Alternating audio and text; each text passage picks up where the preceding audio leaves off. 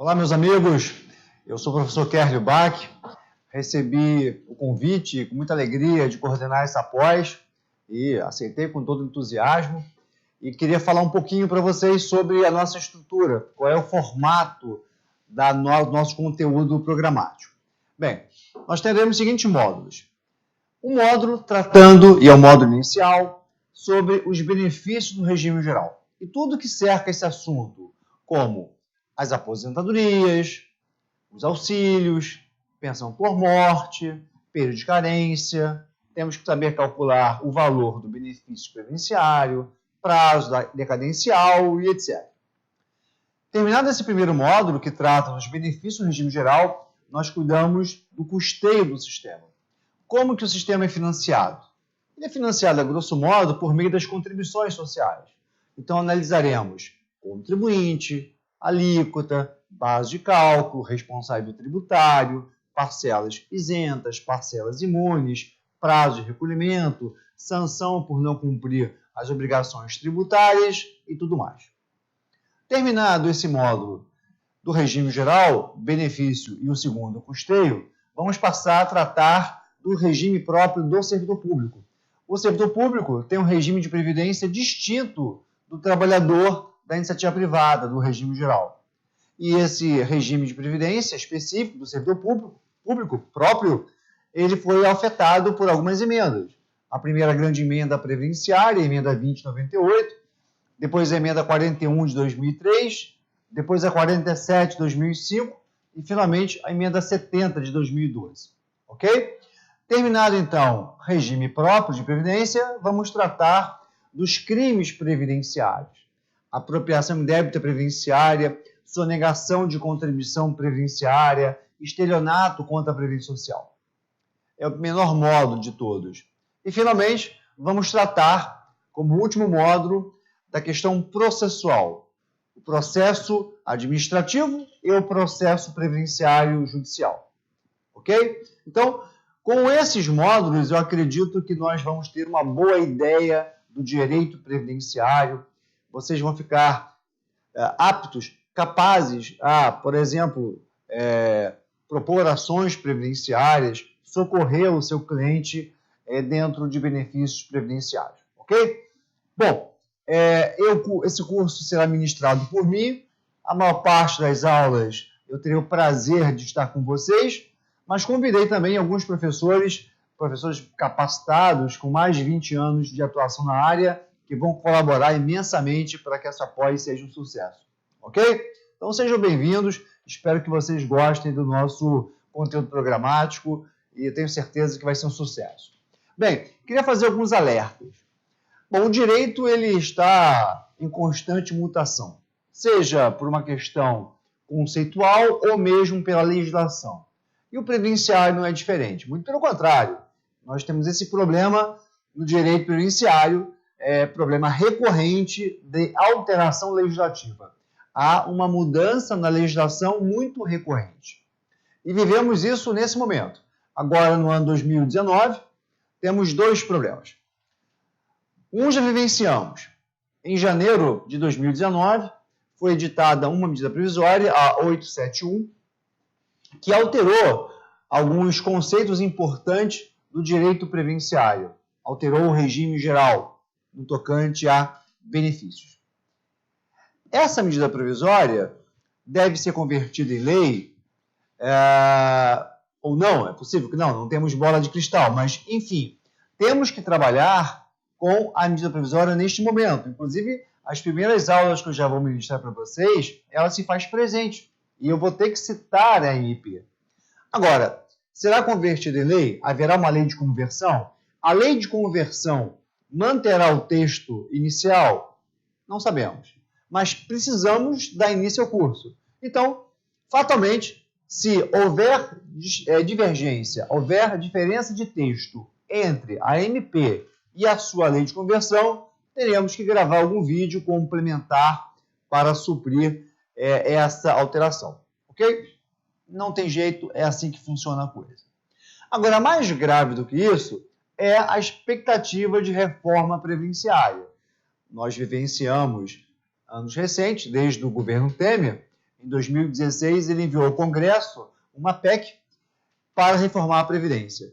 E, pelos aqueles problemas todos do seu governo, isso não foi à frente. Agora, o novo governo vai retomar esta questão, né? Está na ordem do dia. O principal ponto do governo é a reforma previdenciária.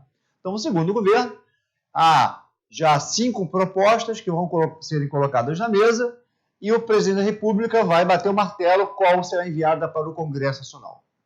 Bom, lá no Congresso, como é uma emenda, ela passará por todo aquele rito, por todas aquelas sessões mínimas, e há 2 votações em cada casa.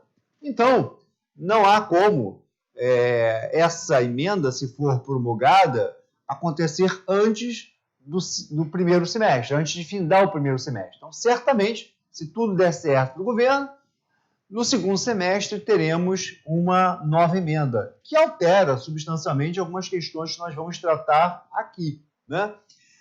Alguém poderia dizer, então por que não esperar que a MP seja convertida em lei e que a PEC vire emenda? Bom, se fosse assim, nós não teríamos gravado nenhum curso em 2017 nem em 2018, porque estávamos pendentes da votação da PEC lá do Temer. Então não há como fazer isso, nós temos que caminhar. E tenho certeza que nesse meio do caminho podem surgir outras leis ou outras medidas provisórias que tratam de direito previdenciário. A legislação ela é muito mutante, é assim. Eu trabalho nisso há 20 anos e há 20 anos eu sofro com esse tipo de coisa. Não tem jeito, temos que começar e depois nós vamos remendando a legislação, vamos acrescentando algumas aulas e isso vai ficando claro. Tá bom, pessoal? O jogo é esse. Eu lembro, por exemplo, lá em 97, quando eu comecei a estudar direito previdenciário, então há 22 anos, que a medida provisória ela tinha validade de 30 dias. Então, ela era reeditada de 30 em 30 dias. Hoje, menos mal. Temos uma MP que vale por 60 dias, prorrogável por igual período. E pronto. Na época, não. Então, todo mês era uma novidade, uma coisa assim, impressionante. Não dava para acompanhar. Hoje, menos mal. Ok? Então, vamos seguir o nosso curso, vamos iniciar o nosso curso, apesar de termos certeza que nem tudo que falaremos aqui se manterá em virtude de medidas provisórias, leis e emendas da Constituição Federal. Tranquilo? Bom, quando a gente começa um curso, é razoável que as pessoas tenham curiosidade sobre, por exemplo, livro, né? Um material didático para seguir. Eu aconselho realmente que vocês tenham alguma obra para estudar, para acompanhar. Claro, o nosso instrumento fundamental é a lei. Mas estudar pela lei seca não é lá muito palatável. Então é bom que haja um material de apoio, um livro didático. Há muitos livros bons no mercado. Vou indicar alguns para vocês. Por exemplo, o livro do professor Fábio Zambiti, amigo já de muitos anos, é o Manual de Direito Previdenciário, um curso de Direito Previdenciário da editora Ímpetus. Professor Frederico Amado, é um curso também pela editora Juspódio. Professor João Lázaro, da editora Forense. Enfim, há excelentes livros aí no mercado. Só tomem cuidado deles estarem atualizados. Certamente, agora em 2019, novas edições sairão e essas edições, fatalmente, cedo ou tarde, vão estar em algum ponto desatualizadas. Mas não tem jeito, a gente sabe que é assim mesmo. Quem preferir, busque uma sinopse, algo mais raso, mas que te dê um conhecimento melhor do que aquele adquirido por meio da lei seca. Uma sinopse também desses autores. Só peguem um livro que seja atualizado, que seja 2019. Ok? Perfeito? Nesse contexto, eu vou, inclusive, não indicar o meu livro. O meu livro, eu vou passar aqui para vocês, olha. O meu livro é este aqui. É o Manual de Direito Previdenciário da Forense, na 8ª edição, mas ele está desatualizado. Então, eu estou buscando forças eu acho que vou conseguir, nesse ano de 2019, atualizá-lo.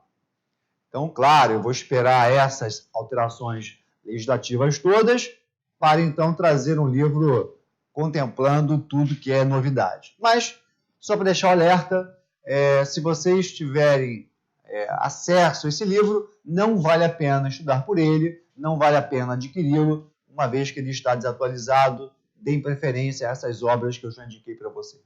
Ok? Muito bem. Gente, vamos começar então nosso curso?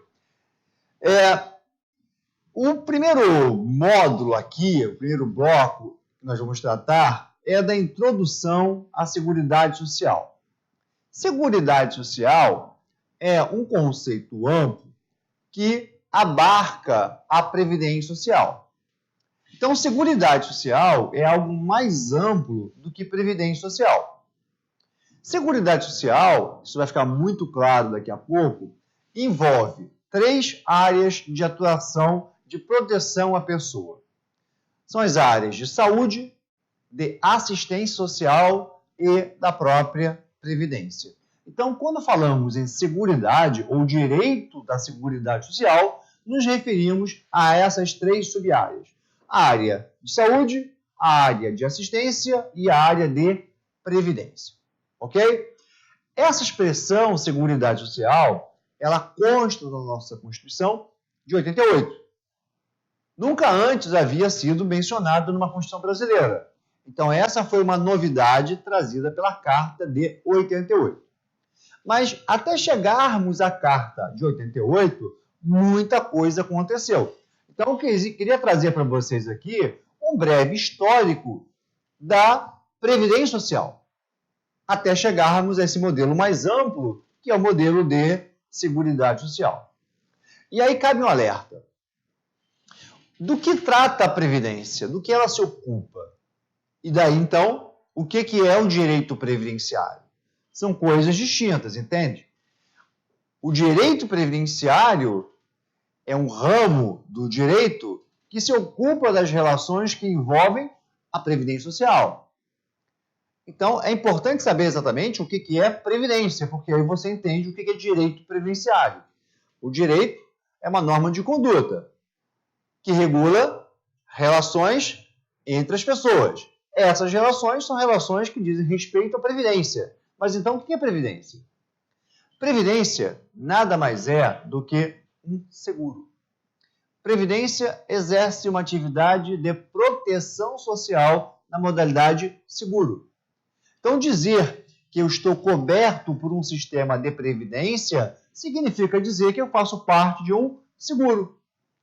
Esse seguro, como qualquer seguro, quer te proteger de alguma coisa, de algum sinistro, de algum evento futuro.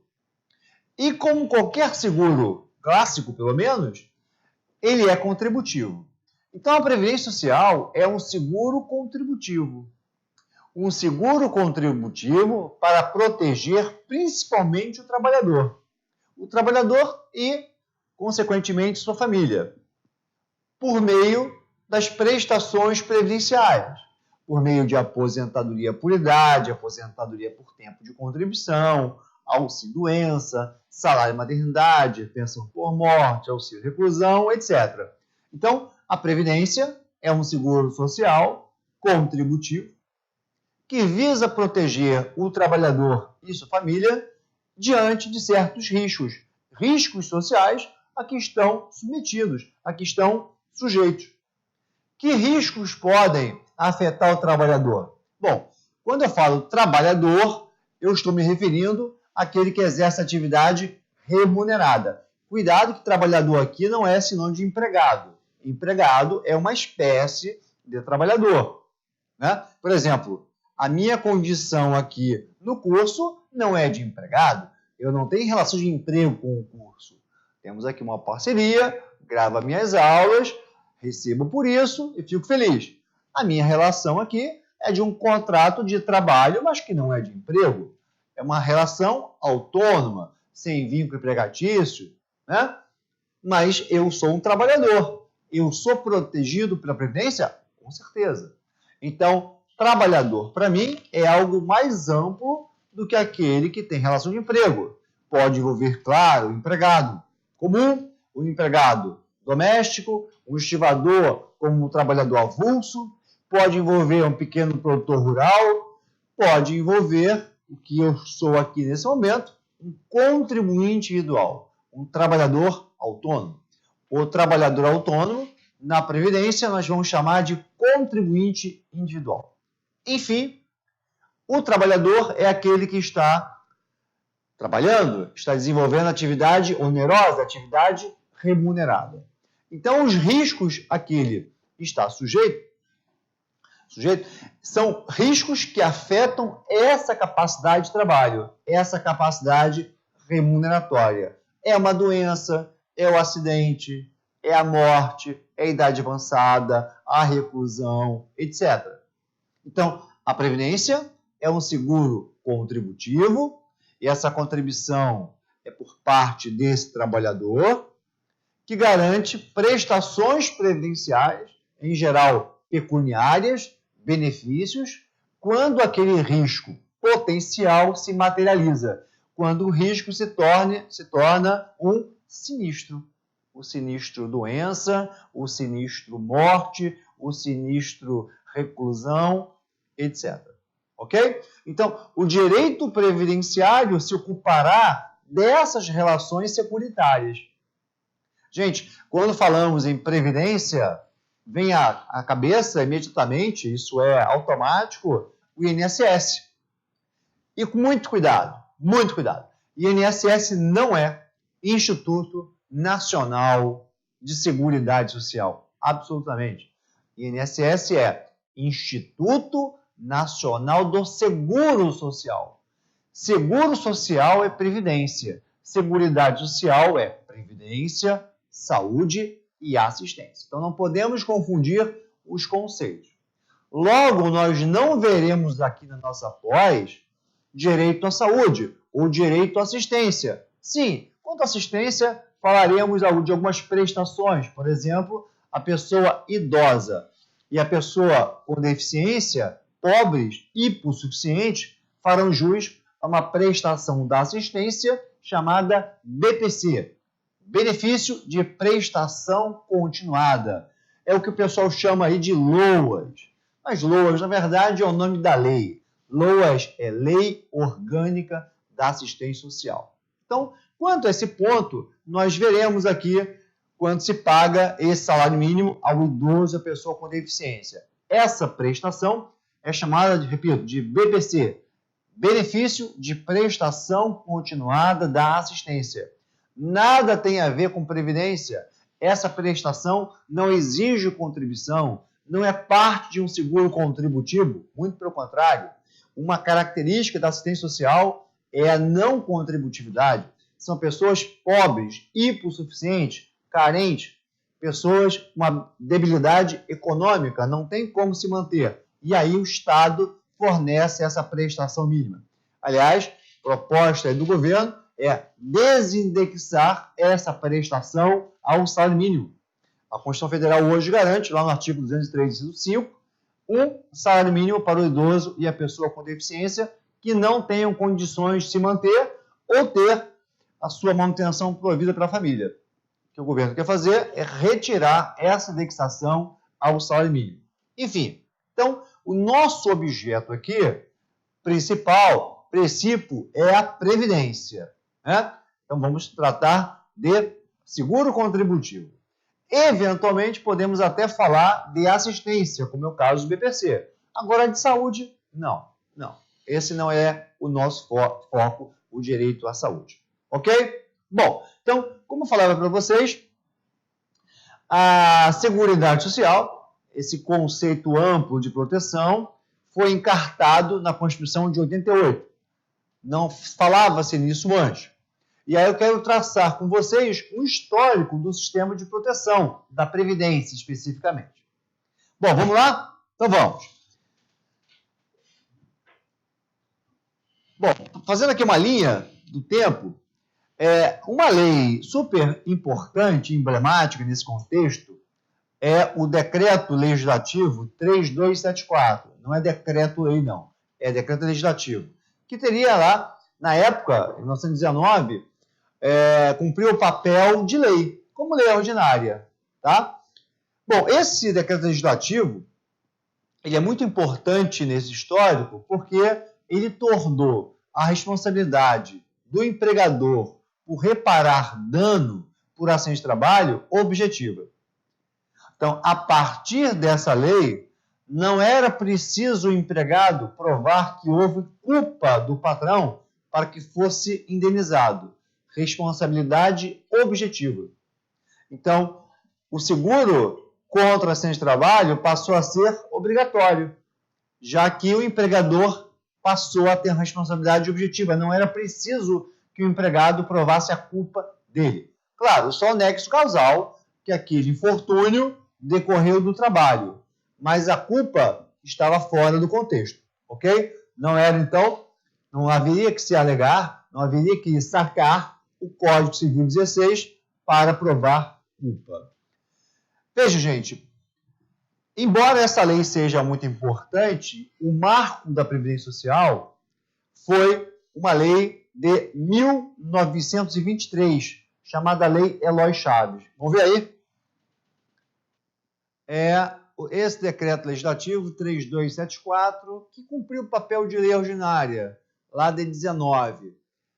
Qual a importância desse decreto legislativo? Bom, ele tornou a responsabilidade do empregador por acidente de trabalho ser objetiva. Então, com este decreto legislativo, se torna dispensável para o empregado comprovar a culpa do empregador para que ele seja ressarcido, para que haja indenização por acidente de trabalho. Porém, a lei mais importante, e foi considerado o marco da Previdência Social, foi uma lei de 23, chamada Lei Eloy Chaves. Bom, Eloy Chaves, quem era? Vindo aqui para mim, por favor. Eloy Chaves era um deputado federal por São Paulo, visitando a Previdência Argentina, se interessou pelo modelo de Previdência que engatinhava naquele país e trouxe aqui para o Brasil. A Lei Eloy Chaves, na verdade, autorizava a criação de caixas de aposentadoria e pensão para estrada de ferro. Caixa de aposentadoria e pensão, diria eu que seria assim o embrião do que nós chamamos hoje de fundo de pensão. Então, as pessoas de um certo grupo se cotizam, contribuem para um fundo e no futuro, quando as pessoas precisarem de alguma proteção, de algum benefício, retiram o dinheiro do fundo. Então, caixa de aposentadoria e pensão é isso, era um repositório de recursos. Então, contribuía o trabalhador, contribuía a empresa e contribuía o Estado. É uma forma tripartite de financiamento. Empregado, na verdade trabalhador, mas naquela época empregado, empregadores e o próprio Estado. Né? Vamos dar uma olhadinha melhor nas CAPs, olha só.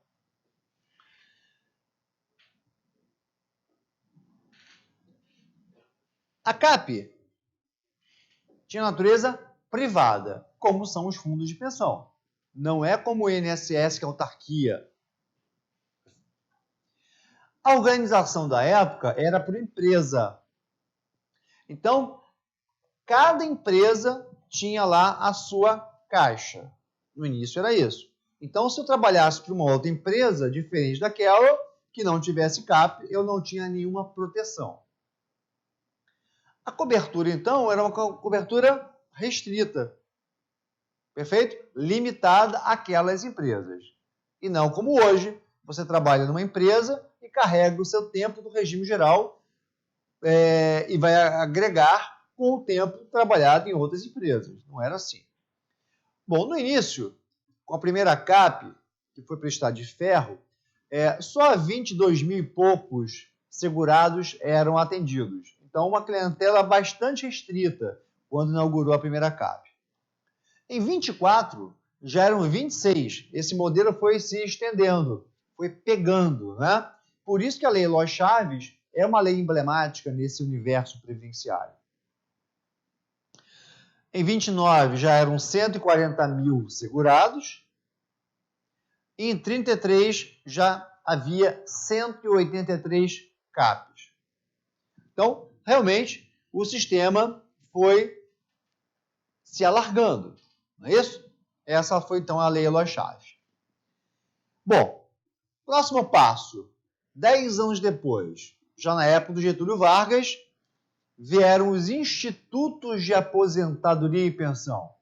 E o primeiro foi o IAPM, Instituto de Aposentadoria e Pensão 2 Marítimos, que conviviam com as CAPs. Mais tarde, em 34, surgiram o IAPB e o IAPC.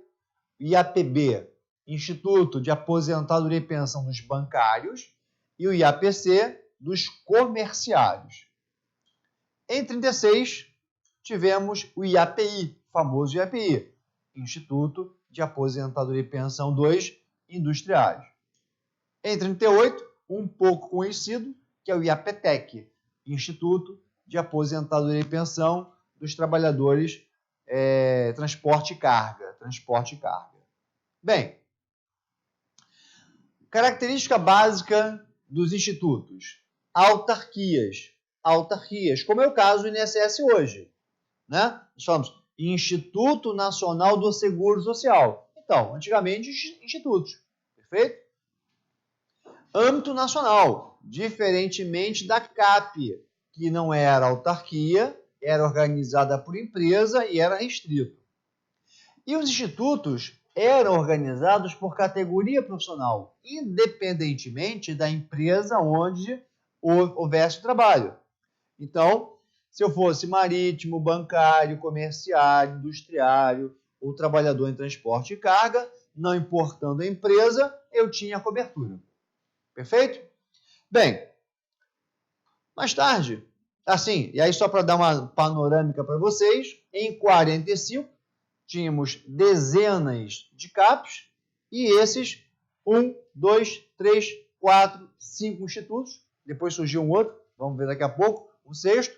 E aí eram quase 3 milhões de segurados. Quer dizer, a Previdência ela foi se organizando, mas ainda de uma forma assim, um tanto confusa, porque a legislação dos institutos era distinta e das CAPs também.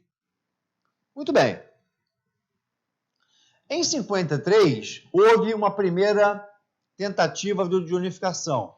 Aquelas caixas todas, dezenas de CAPs, foram unidas, foram fundidas numa única CAP, chamada CAPFESP, Caixa de Aposentadoria e Pensão dos Ferroviários e Empregados do Serviço Público. Agora, todas as CAPs viraram uma CAP só. E, em 60, aquela CAPFESP foi transformada no Instituto. Então, agora eu tenho IAPB, IAPC, IAPM, IAPTEC, IAPI, né? E o IAPFESP. 6 grandes institutos, que vamos ver daqui a pouco, foram fundidos no famoso INPS, Instituto Nacional de Previdência Social. Mas isso aconteceu em 66, porque em 60 ainda houve uma importante lei que uniformizou a legislação previdenciária, a chamada LOPES, a Lei Orgânica da Previdência Social, que é esta lei aqui, ó, a Lei 3.807. Esta lei de 60, ela só foi derrogada com 2 leis importantes. A Lei 8.212, de 91, que é a Lei de Custeio da Previdência, e a Lei 8.213, que é a Lei de Benefícios. Então, essas 2 leis trataram inteiramente do assunto, e por isso a derrogação da Lei 3.807. Mas essa lei, nesse histórico previdenciário, é importantíssima. Ela unificou a legislação. Legislação caótica, legislação mutante, legislação que gerava uma insegurança jurídica enorme, agora tem uma única lei para regular todos os institutos. Ok? Próximo passo seria a unificação. Sim, antes de falar dessa unificação, eu ainda tenho que citar para vocês a criação da Previdência Rural, porque tudo isso que eu falei até agora era para a Previdência Urbana. Em 63, teve um arremedo de Previdência do Trabalhador do Campo, que não deu muito certo, depois melhorou. Mas vamos para 66. Em 66, então, surge o INPS, resultado da unificação daqueles 6 institutos, como eu já havia mencionado para vocês. Ok? INPS. Bom, em 67, surge o famoso Fundo Rural, né?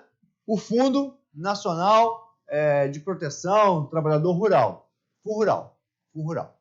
Então, perceba que coisa interessante. Havia uma previdência para o trabalhador urbano e uma previdência para o trabalhador rural. O empregado urbano tinha uma regra distinta do empregado rural, por exemplo. Isso não acontece mais. O regime geral, hoje regulado pelas leis 8.212 e 8.213, trata de um regime só, que congrega urbanos e rurais. Eu não estou dizendo que não haja regra diferente para o rural. Eu quero dizer que não há uma previdência diferente para ele. Muito pelo contrário. Hoje eu tenho um sistema só, mas com alguns benefícios diferenciados para o rural. Quando isso acontece, não é para prejudicá-lo, não é para discriminá-lo, não. É para dar um tratamento condigno com a sua situação. Por exemplo, o trabalhador rural ainda se aposenta com 5 anos a menos em relação ao trabalhador urbano. Então, o homem urbano se aposenta com 65 anos de idade, o homem rural se aposenta com 60. A mulher urbana se aposenta com 60 anos de idade, a mulher rural se aposenta com 55. Então, hoje, no regime geral, nós ainda temos algumas diferenças entre urbanos e rurais, mas é um regime só, o regime geral. Antigamente não era o que acontecia. Então havia o INPS para cuidar da previdência do urbano e o Fundo Rural para cuidar do rural. Ok? Continuando. Em 71, há uma reorganização da previdência rural, chamada Pró-Rural. Em 77, temos uma reforma previdenciária, chamada de SIMPAS, Sistema Nacional de Previdência e Assistência Social. E o que o SIMPAS fez? SIMPAS não é uma autarquia, foi um programa, foi o apelido, a alcunha dessa reforma previdenciária administrativa. Então é o seguinte, o INPS, que foi criado em 66, ele foi implodido. Ele deu origem ao IAPAS, ao INAMPS e o resíduozinho que continuou sendo chamado de INPS. Então, aquele INPS grandão, inchado, com várias atribuições, ele foi implodido. Ficou um pedaço menor chamado INPS ainda, uma autarquia, outra autarquia chamada INAMPS e uma terceira chamada IAPAS. Bom, vamos ver aqui. O INPS cuidava de benefício, aposentadoria, pensão e essas coisas. O INAMPS, Instituto Nacional de Assistência Médica da Previdência, então cuidava de saúde. Então peraí, naquela época, prestação de saúde estava no contexto previdenciário? Sim, no contexto previdenciário. Não é o que acontece hoje, porque no modelo de seguridade social, a saúde é uma competência diferente da previdência. O INSS de hoje não cuida de assistência médica. O usuário do SUS se socorrerá do SUS, que é uma estrutura diferente do INSS. Mas na época, a prestação de saúde dependia sim da pessoa estar na previdência. Ok? Então cuidado com isso. E finalmente, O IAPAS cuidava do custeio do sistema, o Instituto de Administração Financeira da Previdência. Cuidava, então, da arrecadação, fiscalização e cobrança de contribuições. Além disso, para acabarmos o simples, tínhamos o IPASE. O IPASE era do Servidor Público Federal, um instituto para esse. O meu pai, por exemplo, era dos Correios, ele era do IPASE. E aí esse IPASE ele foi extinto com o SIMPAS. É uma autarquia que foi extinta. O Fundo Rural, que nós já vimos aí, criado lá em década de 60, 10 anos depois foi extinto também. O Fundo Rural acabou. Acabou a autarquia, ela foi extinta. Não significa que a Previdência Rural foi unificada com a Urbana. Não, isso aconteceu em 91. O que acabou foi um instituto próprio. E aí o INPS cuidava de benefício rural e urbano. Ok? Bom, e aí chegamos a 88, com a nova Constituição Federal. Mas eu falo para vocês no próximo bloquinho.